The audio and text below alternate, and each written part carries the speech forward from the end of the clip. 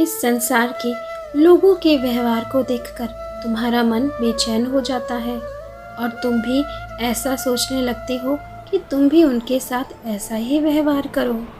जिसने तुम्हें दुख दर्द दिया है, तुम भी उसे दुख दर्द देने का प्रयास करते हो और ऐसा सोचने लगते हो किस तरह से तुम उन्हें तकलीफ दे सको। लेकिन क्या इससे तुम्हारा दुख दर्द समाप्त हो जाएगा? जो तुम्हें बीते समय में पीड़ा हुई है, क्या वो पीड़ा खत्म हो जाएगी? नहीं, ये संभव ही नहीं है। इसलिए किसी और के गलत व्यवहार के बदले में तुम खुद को गलत करने का, खुद को गलत बनाने का प्रयास क्यों कर रहे हो? तुम एक अच्छे व्यक्ति हो तो तुम अच्छा ही रहो। जिसने भी तुम्हें कष्ट दिया है, दुख दिया है, उसको उसके व्यवहार का फल अवश्य प्राप्त होगा।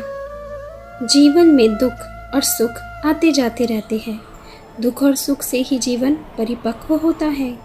जब जीवन में परेशानी आती है तब इंसान को अधिक सीखने को मिलता है, या कहें कि तब इंसान को अधिक तजुर्बा मिलता है।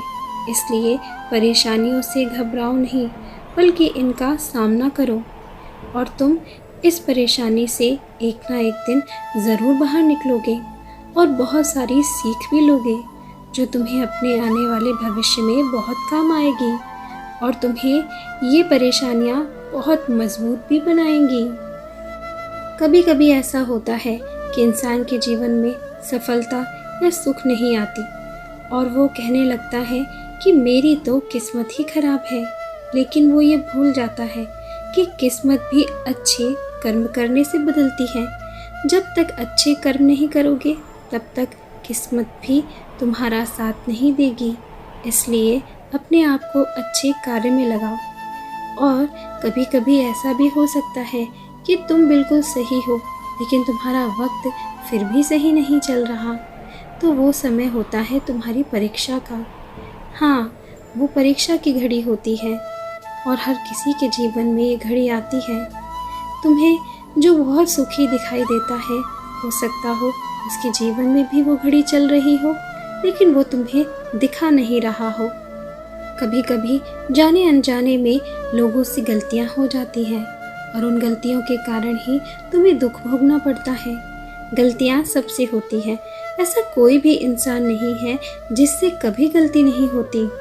मगर जब गलतियों को स्वीकार करने और उनमें सुधार करने की नीयत हो तो इंसान अपनी गलतियों से भी बहुत कुछ सीख जाता है।